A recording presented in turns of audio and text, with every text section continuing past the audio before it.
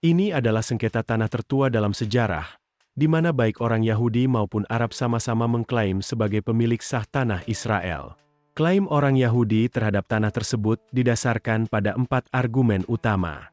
Yang pertama adalah janji Tuhan kepada Abraham. Perdana Menteri Israel, David Ben-Gurion, sering berkata bahwa Alkitab merupakan mandat Yahudi untuk menetap di tanah Israel. Dalam kitab Kejadian, Tuhan memberikan tanah itu kepada Abraham, Ishak, dan Yakub, yang merupakan leluhur Israel. Seluruh Alkitab menceritakan kisah keturunan mereka di tanah tersebut, di mana Musa memimpin orang Yahudi kembali ke Israel setelah pengasingan mereka di Mesir. Sekitar 400 tahun kemudian, sekitar tahun 1000 sebelum Masehi, Raja David menaklukkan kota Yerusalem dan membangun ibu kotanya di sana. Namun, kisah orang-orang Yahudi tidak terbatas pada perbatasan Israel modern. Jejak kaki mereka telah dilacak di seluruh Yudea dan Samaria, yang sekarang menjadi tepi barat Palestina. Bethlehem adalah tempat Yakub memimpikan sebuah tangga menuju surga. Shiloh adalah tempat peristirahatan tabut perjanjian. Bethlehem adalah tempat kelahiran Raja David, dan Hebron adalah tempat para leluhur Yahudi dimakamkan. Semua ini tidak hanya didokumentasikan dalam Alkitab, tetapi juga dalam berbagai sumber sejarah lainnya. Dalam sejarah, hal ini terlihat di setiap inci tanah tersebut. Dalam penggalian arkeologi apapun, Anda hanya perlu menggores permukaannya dan akan menemukan budaya serta sejarah Yahudi yang kaya selama lebih dari 3.500 tahun. Sejak Raja David membangun Yerusalem 3.000 tahun yang lalu, kekuasaan Yahudi atas Israel juga didokumentasikan di luar Alkitab, seringkali oleh musuh-musuh Israel. Di Mesir, sebuah prasasti pada Manpastila menyatakan bahwa Israel telah dihancurkan pada abad ke-13 sebelum Masehi. Pada tahun 840 sebelum Masehi, Raja Moab, Mesha, menulis tentang rumah David, seperti yang dilakukan oleh raja-raja lain beberapa abad kemudian, termasuk di kuil Damaskus. Pada abad pertama Masehi, sejarawan Yahudi Josephus menggambarkan secara rinci kuil Yahudi di Yerusalem dan penghancurannya oleh orang Romawi. Kisah ini dikonfirmasi oleh relief di Arch of Titus di Roma. Setiap hari, arkeologi menghasilkan lebih banyak bukti tentang kuil kuno.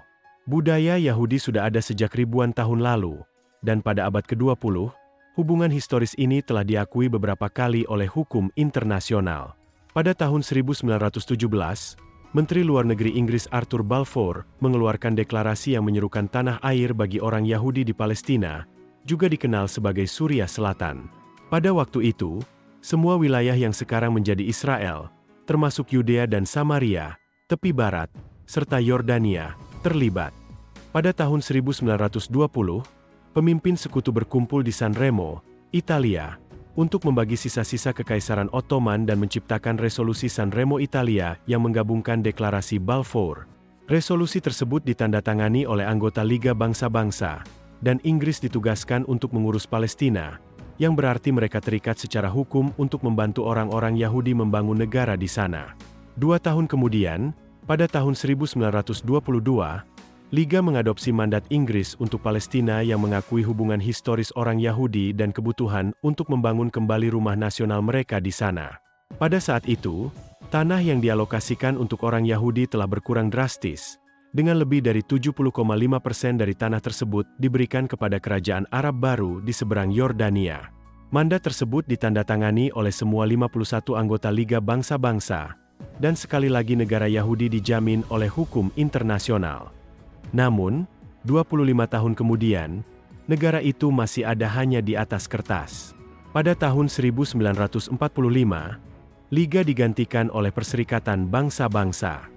Pasal 80 Piagam PBB menyatakan bahwa PBB tidak akan mengubah negara-negara yang ada, orang-orang, atau mandat, yang berarti PBB secara hukum mengakui hak orang-orang Yahudi untuk menetap di Palestina, dari Sungai Yordan sampai Laut Mediterania. Perserikatan Bangsa-Bangsa adalah penerus dan pewaris sah Liga Bangsa-Bangsa, yang berarti semua kewajiban, komitmen, dan janji Liga Bangsa-Bangsa harus ditegakkan oleh PBB.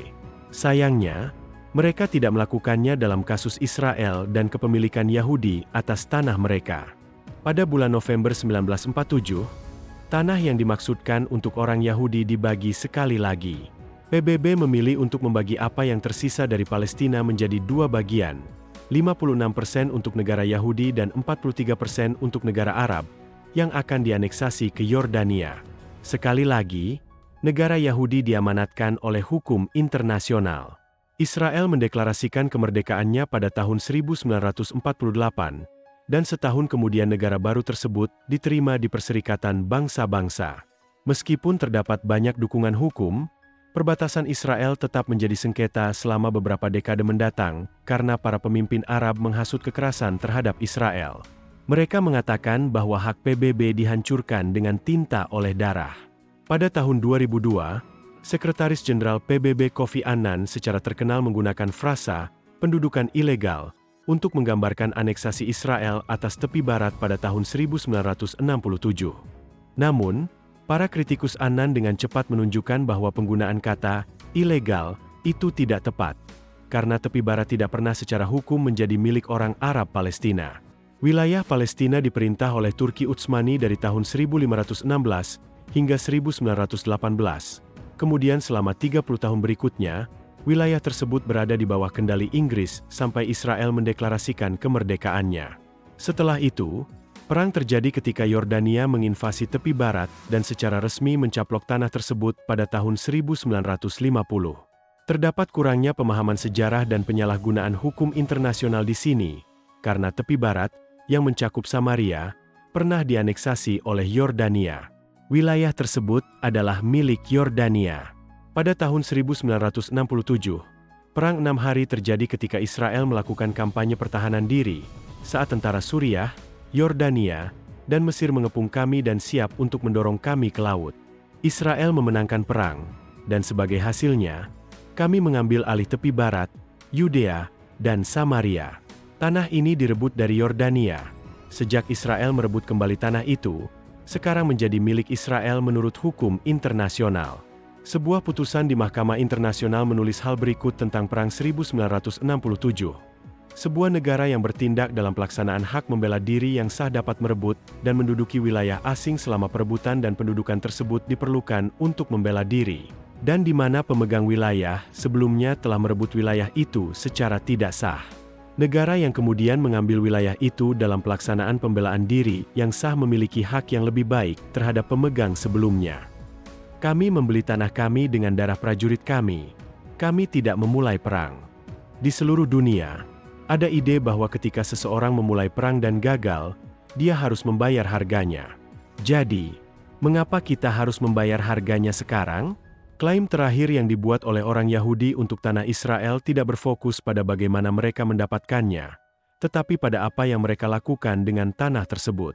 Saat ini, populasi Israel lebih dari 8 juta, tetapi pada tahun 1850, hanya ada 350.000 orang yang tinggal di Israel dan tepi barat.